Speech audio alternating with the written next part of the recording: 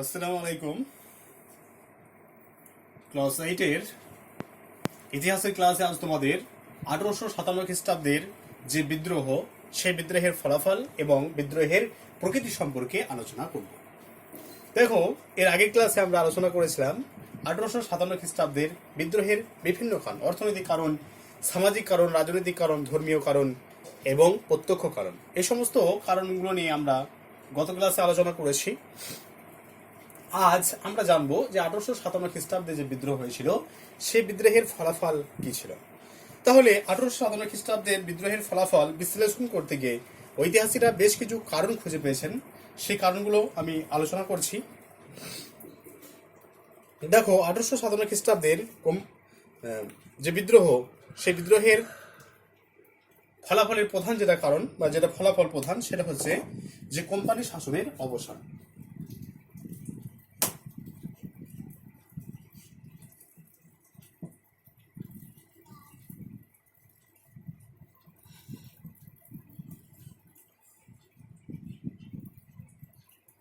Company শাসনের অবসান।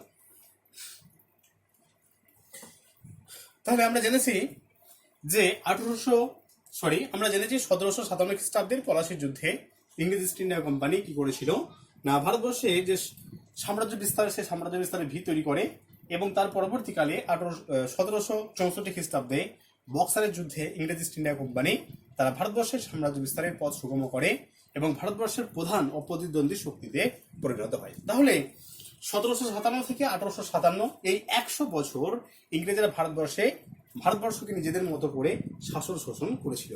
কিন্তু এই পলাশী যুদ্ধের পর 1857 খ্রিস্টাব্দের যে পলাশী যুদ্ধ হয়েছিল, সেই পলাশী যুদ্ধের পর কোম্পানির একচেটিয়া যে শাসন, সেই একচেটিয়া শাসনের অবসান ঘটে এবং 1858 খ্রিস্টাব্দে 2 আগস্ট 1858 খ্রিস্টাব্দের 2 আগস্ট 1858 খ্রিস্টাব্দের 2 আগস্ট 1858 খ্রিস্টাব্দে 2 আগস্ট ভারতের শাসনভার ইংল্যান্ডের মহারানীর হাতে অর্পণ করা হয় এবং ভারতের যে গভর্নর জেনারেল ভাইসরয় বা রাজপ্রতিনিধি নামে পরিচিত হন। তাহলে ভারতের যে গভর্নর জেনারেল, সে গভর্নর জেনারেল ভাইসরয় বা রাজপ্রতিনিধি নামে পরিচিত হন। আর ব্রিটিশ মন্ত্রিসভার এক সদস্যকে ভারত সচিব হিসাবে নিযুক্ত করা হয়। তাহলে 1858 খ্রিস্টাব্দের 2 আগস্ট কি করা হয়েছিল? 2 আগস্ট ব্রিটিশ পার্লামেন্টে একটি আইন পাশ করে ভারতবর্ষের যে শাসনভার, সেই শাসনভার কিন্তু মহারানী ভিক্টোরিয়ার হাতে চলে যায় এবং ভারতের গভর্নর জেনারেল ছিলেন, সেই গভর্নর জেনারেলের পদ পরিবর্তন হয়ে যায় ভাইসরয় পদ।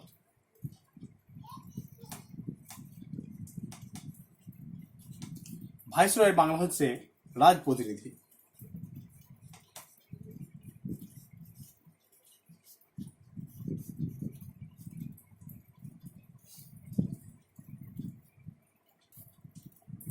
দু নম্বর,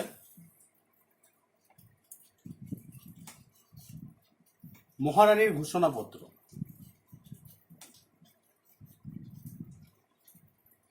হচ্ছে মহারানীর ঘোষণাপত্র। 1858 খ্রিস্টাব্দের 1 নভেম্বর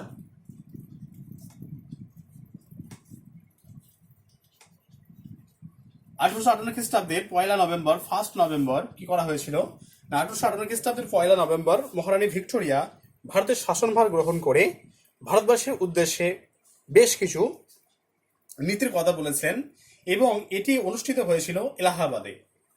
মহারানীর যে ঘোষণাপত্র, সে খসড়া, সেটা কিন্তু রচিত হয়েছিল এলাহাবাদে এবং এলাহাবাদে থেকে তিনি বেশ কিছু ভারতীয়দের উদ্দেশ্যে তিনি বক্তব্য পেশ করেছিলেন।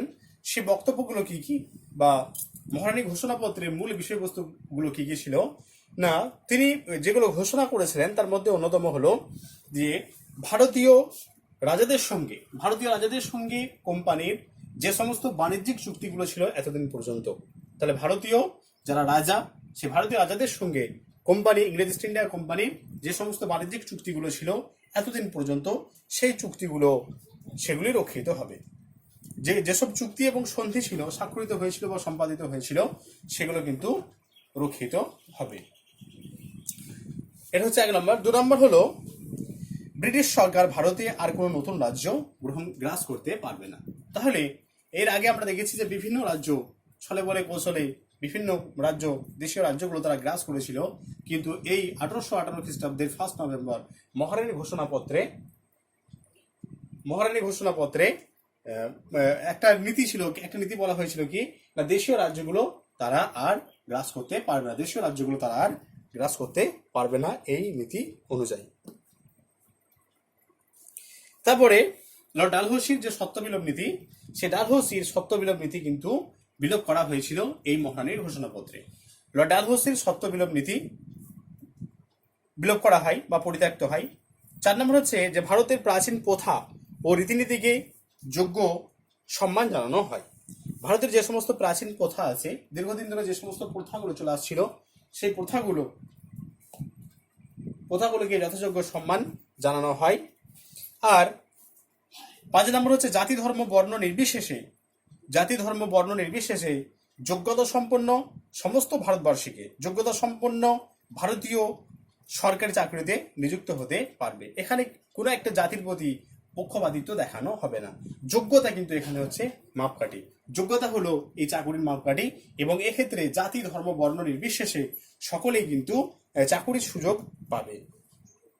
মহারানী ঘোষণাপত্রকে ভারতীয় জনসাধারণের একটা ম্যাগনা কার্টা বলে অভিহিত করা হয়। তাহলে ভারতীয়দের এই মহারানী ঘোষণাপত্রকে ভারতীয় জনসাধারণের একটা ম্যাগনা কার্টা বলে অভিহিত করা হয়। তাহলে দেখো, এখানে কিন্তু এই মহারানী ঘোষণাপত্রে অনেক নীতির কথা আলোচিত হয়েছিল, যেগুলোতে ভারতীয়দের কথা বলা হলেও বা ভারতীয়দের উন্নতির কথা বলা হলেও সেগুলো কিন্তু কতটা বাস্তবায়িত হয়েছিল সেটা কিন্তু বিবেচ্য বিষয়। যে সমস্ত কথাগুলো এখানে আলোচনা করা হয়েছিল বা মহারানীর ঘোষণাপত্রে যে সমস্ত জিনিসগুলো বলা হয়েছিল, সেগুলো কিন্তু সবটাই পরবর্তীকালে বাস্তবায়িত হয়নি।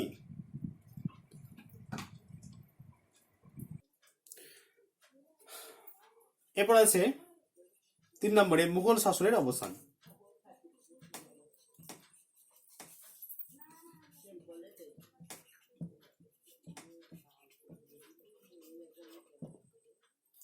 মুঘল শাসনের অবসান 1857 খ্রিস্টাব্দের বিদ্রোহের পর মুঘল সাম্রাজ্যের এবং সম্রাট খেতাবের অবসান ঘটানো হয়।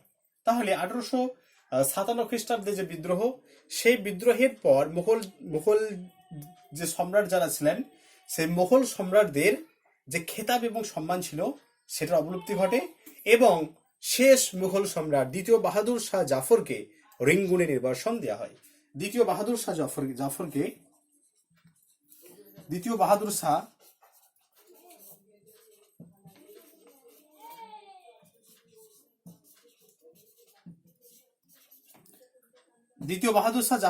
রেঙ্গুনে নির্বাসন করা হয় এই 1857 খ্রিস্টাব্দের বিদ্রোহের পর। তাহলে দেখো, 1857 খ্রিস্টাব্দে যে বিদ্রোহ হয়েছিল, সেই বিদ্রোহের ফলাফলগুলো কি কি?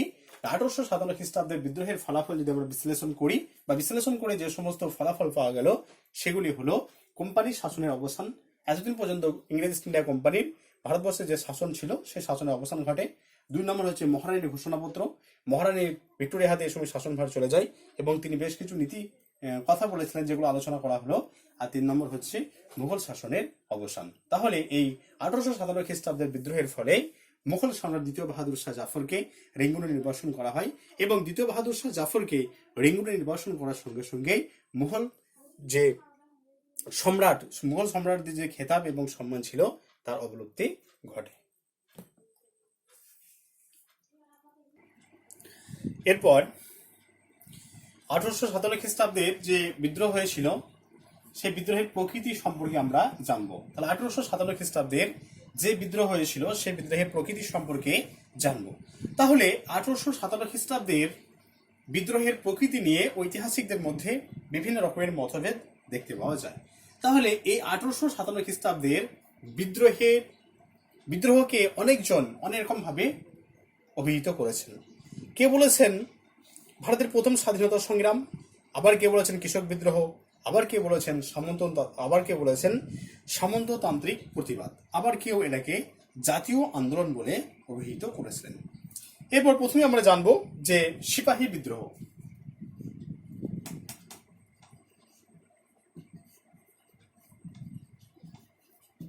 তাহলে 1 নম্বর পয়েন্ট হচ্ছে সিপাহী বিদ্রোহ।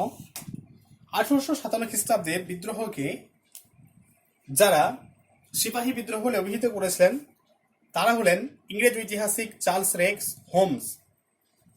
ইংরেজ ঐতিহাসিক চার্লস রেক্স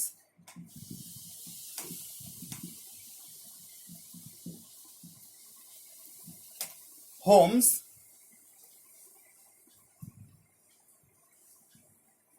সৈয়দ আহমেদ খান,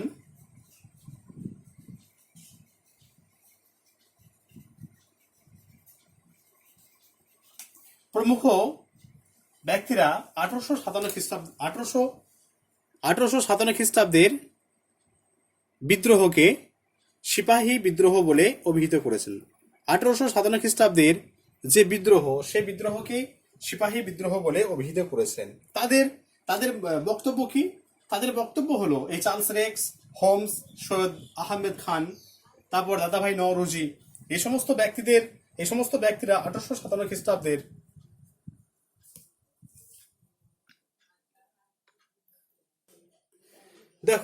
এই সমস্ত ব্যক্তিরা 1857 খ্রিস্টাব্দের বিদ্রোহকে সিপাহী বিদ্রোহ বলে অভিহিত করেছেন। কেননা তারা মনে করেন যে যেহেতু 1857 খ্রিস্টাব্দের বিদ্রোহ সিপাহীদের মধ্যে প্রথম শুরু হয়েছিল, তাহলে ব্যারাকপুর সেনা ছাউনির মঙ্গল পাণ্ডের মাধ্যমে প্রথম এই বিদ্রোহ শুরু হয়েছিল, তাই তারা এই বিদ্রোহকে সিপাহী বিদ্রোহ বলে অভিহিত করেছিলেন। এবং সিপাহীরাই এই বিদ্রোহ করেছিল। এই বিদ্রোহকে ভারতীয় জাতীয় চেতনার সৃষ্টির অগ্রদূত শিক্ষিত মধ্যবিত্ত শ্রেণী কিন্তু সমর্থন করেনি। তাহলে এই বিদ্রোহ যেহেতু সিপাহীদের মধ্যেই সীমাবদ্ধ ছিল, তাই Charles Rex, Holmes, Syed Ahmed Khan, Dadabhai Naoroji, এই সমস্ত ব্যক্তিরা 1857 খ্রিস্টাব্দের বিদ্রোহকে সিপাহী বিদ্রোহ বলে অভিহিত করেছিলেন। এরপর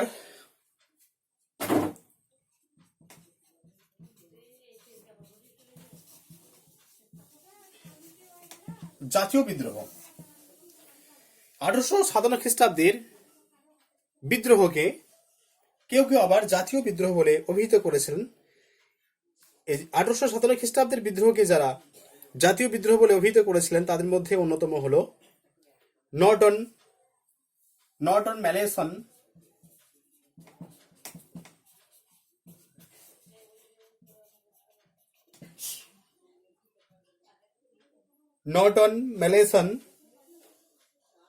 ডাফ,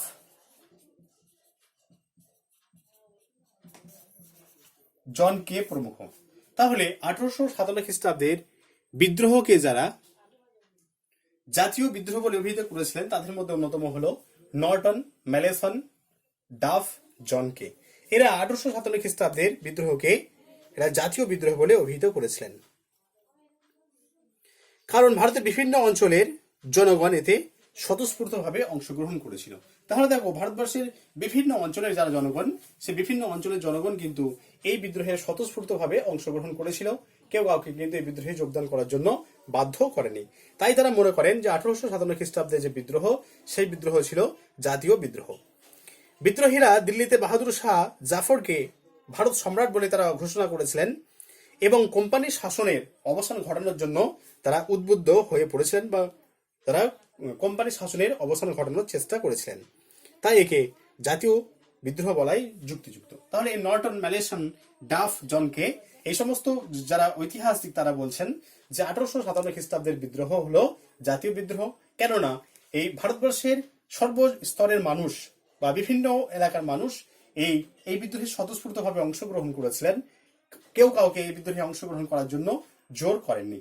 তাই 1857 খ্রিস্টাব্দের বিদ্রোহ হলো জাতীয় বিদ্রোহ। এবং তারা দ্বিতীয় বাহাদুর শাহ জাফরকে ভারত সম্রাট হিসেবে তারা মেনেছিলেন এবং তাকে ভারত সম্রাট হিসেবে যেমন মেনেছিলেন এবং তারা কোম্পানির শাসনেরও অবসান দাবি করেছিলেন এই বিদ্রোহের মাধ্যমে। অতএব তাদের মতে এই 1857 খ্রিস্টাব্দের বিদ্রোহ হলো জাতীয় বিদ্রোহ। ভারতের প্রথম স্বাধীনতা সংগ্রাম।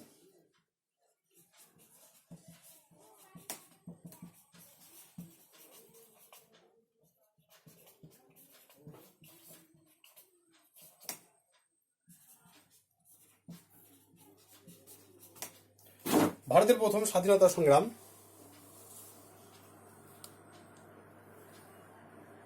দেখো 1857 খ্রিস্টাব্দের বিদ্রোহকে বিনায়ক দামোদর সাভারকার, সাভারকার, বিনায়ক দামোদর সাভারকার, বিনায়ক দামোদর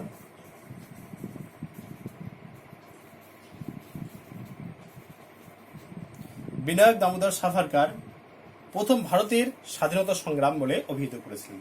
তাহলে বিনায়ক দামোদর সাভারকার 1857 খ্রিস্টাব্দের যে বিদ্রোহ, সেই বিদ্রোহকে প্রথম ভারতের স্বাধীনতা সংগ্রাম বলে অভিহিত করেছিলেন।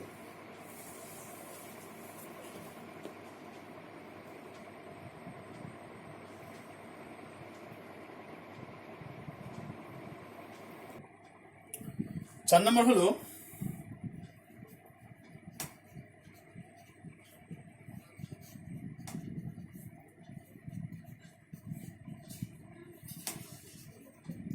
সামন্ততান্ত্রিক প্রতিবাদ। সামন্ততান্ত্রিক প্রতিবাদ, দেখো 1857 খ্রিস্টাব্দের বিদ্রোহকে সাম্রাজ্যবাদের বিরুদ্ধে সামন্ততন্ত্রের প্রতিবাদ হিসেবে অনেক ঐতিহাসিক দেখেছেন। তাহলে সামন্ততান্ত্রিক প্রতিবাদ, তাহলে সাম্রাজ্যবাদ আমরা জেনেছি যে ইংরেজ ইস্ট ইন্ডিয়া কোম্পানির যারা প্রধান শাসক ছিলেন তাদের মূল উদ্দেশ্য ছিল ভারতবর্ষের সাম্রাজ্য বিস্তার, মানে ভারতবর্ষকে নিজেদের হাতে দখল করা। তাহলে এই যে সাম্রাজ্য বিস্তার নীতি, এই সাম্রাজ্য বিস্তারের নীতির বিরুদ্ধে প্রতিবাদ বলে অনেক ঐতিহাসিক দেখেছিলেন। তাহলে সাম্রাজ্যবাদী নীতির প্রতিবাদ হিসেবে অনেক ঐতিহাসিক দেখেছিলেন, এই কারণে এটাকে সামন্ততান্ত্রিক প্রতিবাদ হিসেবে বলা হয়ে থাকে। আবার ডক্টর রমেশচন্দ্র মজুমদার একে সামন্ততন্ত্রের মৃত্যুকালীন আর্তনাদ বলে অভিহিত করেছিলেন। সামন্ততন্ত্রের মৃত্যুকালীন আর্তনাদ। তাহলে 1857 খ্রিস্টাব্দের বিদ্রোহকে ডক্টর রমেশচন্দ্র মজুমদার সামন্ততন্ত্রের মৃত্যুকালীন আর্তনাদ বলে অভিহিত করেছিলেন।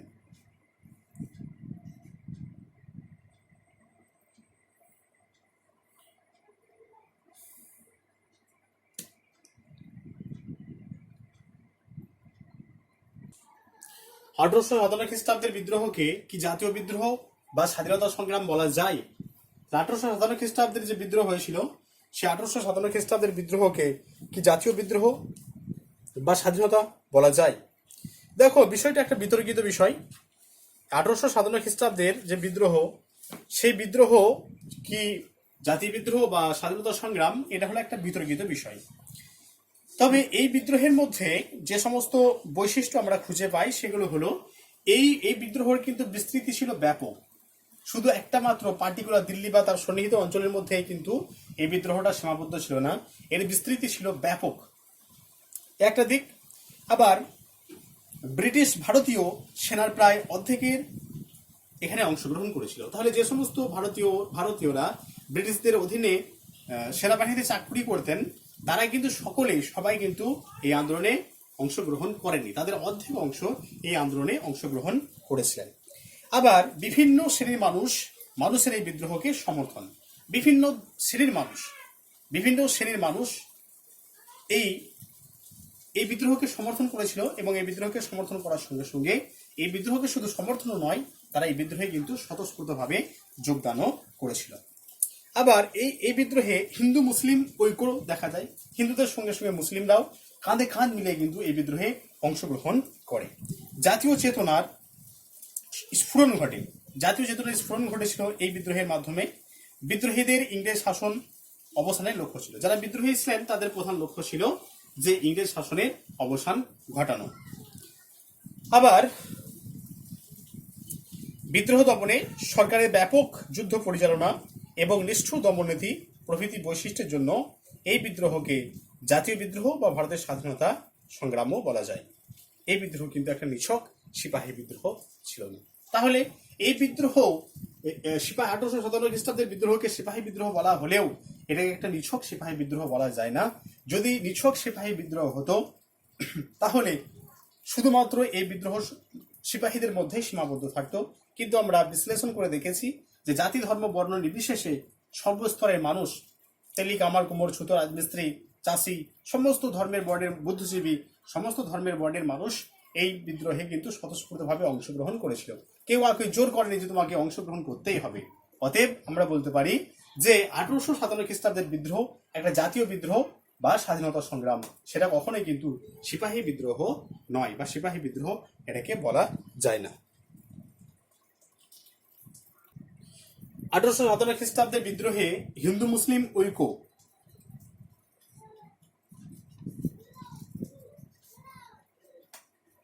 হিন্দু মুসলিম ঐক্যের কি পরিচয় পাওয়া যায়? হিন্দু মুসলিম ঐক্যের কি পরিচয় পাওয়া যায়?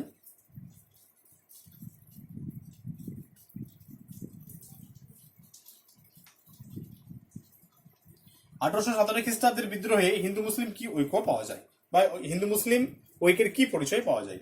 দেখো 1857 খ্রিস্টাব্দের 1817 খ্রিস্টাব্দে যে বিদ্রোহ হয়েছিল, সেই বিদ্রোহে হিন্দু মুসলমানের মধ্যে এক অপূর্ব ঐক্য আমরা লক্ষ্য করতে পারি, বা এক অপূর্ব ঐক্য দেখা যায় 1857 খ্রিস্টাব্দের বিদ্রোহে। কি অপূর্ব লক্ষ্য, অপূর্ব ঐক্য? এই বিদ্রোহে অংশগ্রহণকারী যারা সিপাহী ছিলেন, তাদের মধ্যে, সিপাহীদের মধ্যে হিন্দু এবং মুসলমান উভয় সম্প্রদায়ের মানুষ ছিলেন। তাহলে সিপাহীদের মধ্যে শুধুমাত্র যে হিন্দুরা অংশগ্রহণ করেছিল তা নয়, হিন্দুদের সঙ্গে সঙ্গে মুসলিম সেনারাও কিন্তু এই বিদ্রোহে অংশগ্রহণ করেছিল।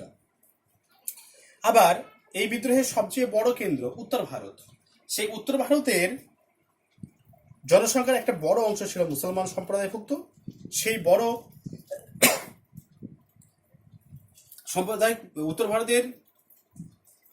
উত্তর ভারতের বেশিরভাগ মুসলিম সম্প্রদায় বা মুসলিমরা এই বিদ্রোহে যোগদান করে। হিন্দু মুসলমান সম্প্রদায়ের আজিমগড় ঘোষণা এবং মোগল বাদশাহ দ্বিতীয় বাহাদুর শাহ জাফরকে সম্রাট ঘোষণার মধ্য দিয়ে হিন্দু মুসলিমের যে ঐক্য, সেই হিন্দু মুসলিম ঐক্যের রূপটি কিন্তু প্রস্ফুট হয়। তাহলে হিন্দু মুসলমান উভয়ে কিন্তু দ্বিতীয় বাহাদুর শাহ জাফরকে তারা ভারতবর্ষের জাতীয় সম্রাট হিসেবে তারা ঘোষণা করেছিল। এখানে কিন্তু যে দ্বিতীয় বাহাদুর শাহ জাফর মুসলিম, এটাকে কিন্তু যে হিন্দুরা সমর্থন করবে তা কিন্তু নয়। তারা দ্বিতীয় বাহাদুর শাহ জাফরকে ভারতবর্ষের জাতীয় সম্রাট হিসেবে তারা ঘোষণা করেছিল। অতএব আমরা বলতে পারি যে 1857 খ্রিস্টাব্দের যে বিদ্রোহ, সেই বিদ্রোহে হিন্দু মুসলিম ঐক্যের একটা পরিচয় পাওয়া যায়। আজ তোমাদের দুটো জিনিস আলোচনা করা হলো, 1857 খ্রিস্টাব্দের বিদ্রোহের ফলাফল এবং প্রকৃতি সম্পর্কে আজকে ক্লাসে তোমাদের আলোচনা করা হলো। পেজ নাম্বার 96 বইয়ের অনুশীলনী, দেখো তোমাদের বই আছে পেজ নাম্বার 96 বইয়ের অনুশীলনী।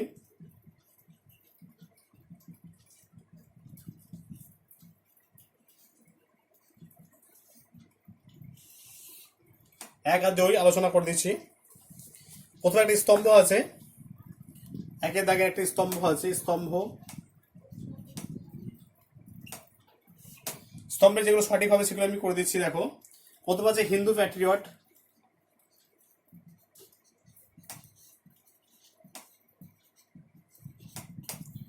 তারপরে আছে বাহাদুর শাহ জাফর,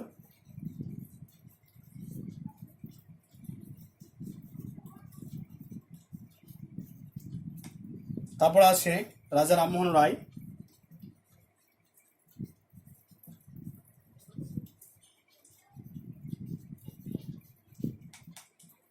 তারপর আছে বিজয়কৃষ্ণ গোস্বামী,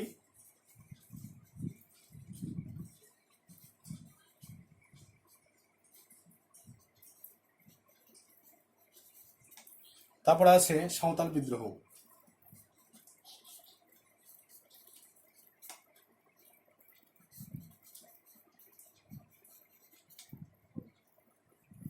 সঠিক যেগুলো হবে সেগুলো আমি পাশাপাশি লিখছি।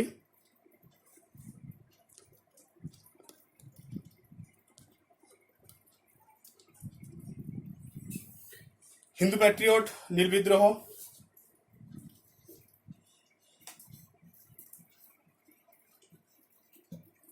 দ্বিতীয় বাহাদুর শাহ জাফর শেষ মুঘল সম্রাট,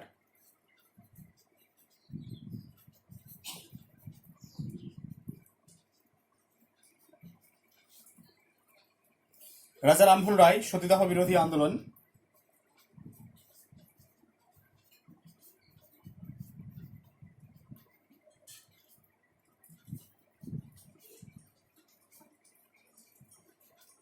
বিজয়কৃষ্ণ গোস্বামী ব্রাহ্ম সমাজ,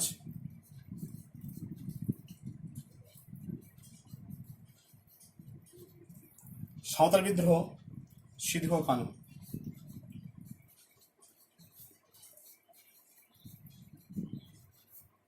সিধু ও কানহু।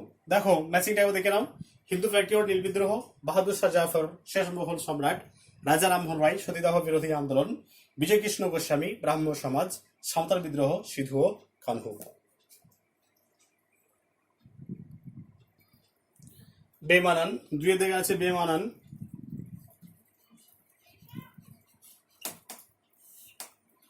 এক, দুই দাগের ক, বেমানানে আছে দেখো পণ্ডিতা রমাবাই,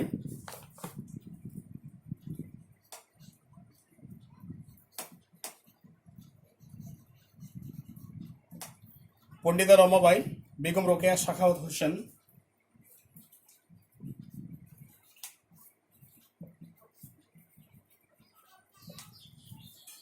বেগম রোকেয়া সাখাওয়াত হোসেন।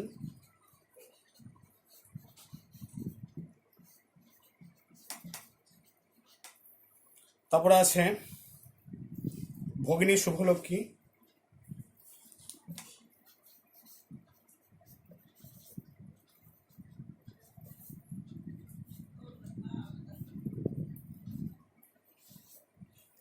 ভগিনী শুভলক্ষ্মী, আর আছে রানী লক্ষ্মীবাই।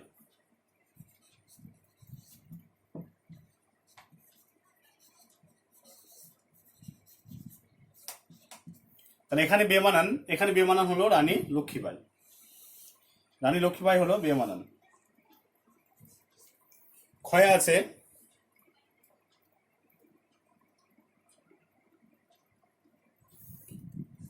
আছে দেখো হাতরাম পাণ্ডুরং,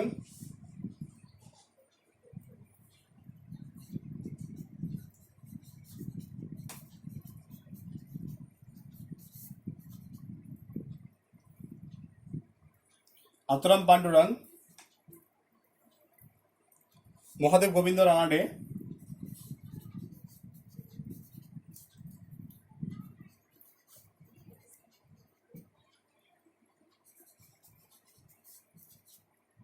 মহাদেব গোবিন্দ রানাডে, জ্যোতিরাও ফুলে,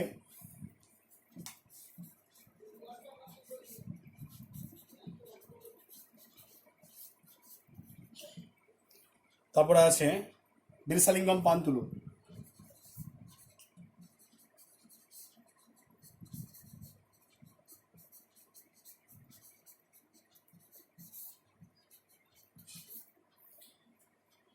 বীরসালিঙ্গম পান্তুলু। এখানে বেমানান যেটা সেটা হলো জ্যোতিরাও ফুলে।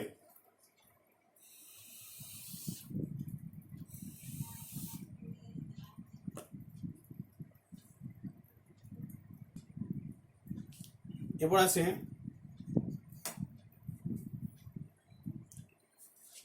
রাজা রামমোহন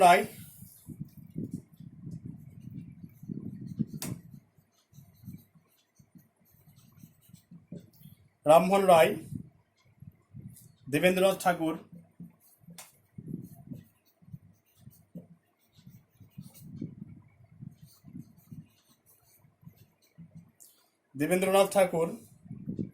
কেশবচন্দ্র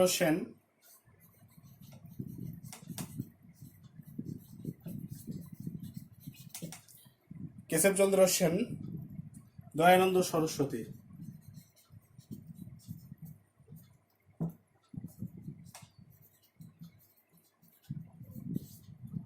এখানে যেটা বেমানান সেটা হলো দয়ানন্দ সরস্বতী।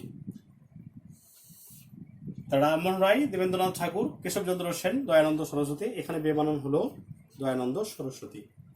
লাস্ট যেটা আছে বাহাদুর শাহ জাফর,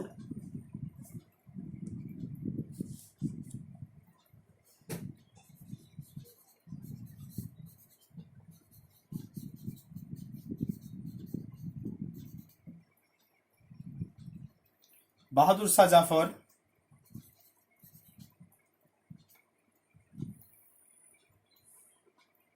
নানা সাহেব,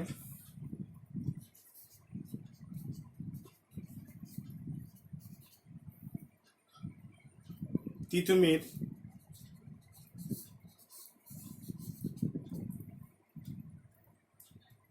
মঙ্গল পাণ্ডে।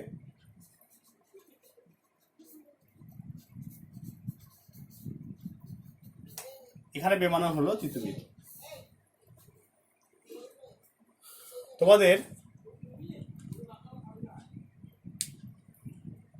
আজ 1857 খ্রিস্টাব্দের বিদ্রোহের ফলাফল এবং বিদ্রোহের প্রকৃতি সম্পর্কে আলোচনা করা হলো, এবং এর সঙ্গে সঙ্গে বইয়ের যে অনুশীলনী 96 পেজ নাম্বার 96 এর যে অনুশীলনী 1 এবং 2 স্তম্ভ এবং বেমানান এখান পর্যন্ত আলোচনা করা হলো। নেক্সট ক্লাসে তোমাদের এই অধ্যায়ে পুরো অধ্যায়ে যে সমস্ত প্রশ্নগুলো হয় সেই প্রশ্নগুলো আমি গ্রুপে দিয়ে দেবো, তোমরা প্রশ্নের উত্তরগুলো তৈরি করবে। নেক্সট ক্লাসে আমরা 6 নম্বর যে অধ্যায় আছে সেই 6 নম্বর অধ্যায়টা আমরা শুরু করব। সবাই ভিডিওটা ভালো করে দেখবে। যদি কোনো জায়গায় কিছু অসুবিধা হয় অবশ্যই আমাকে হোয়াটসঅ্যাপে মেসেজ করবে। ঠিক আছে।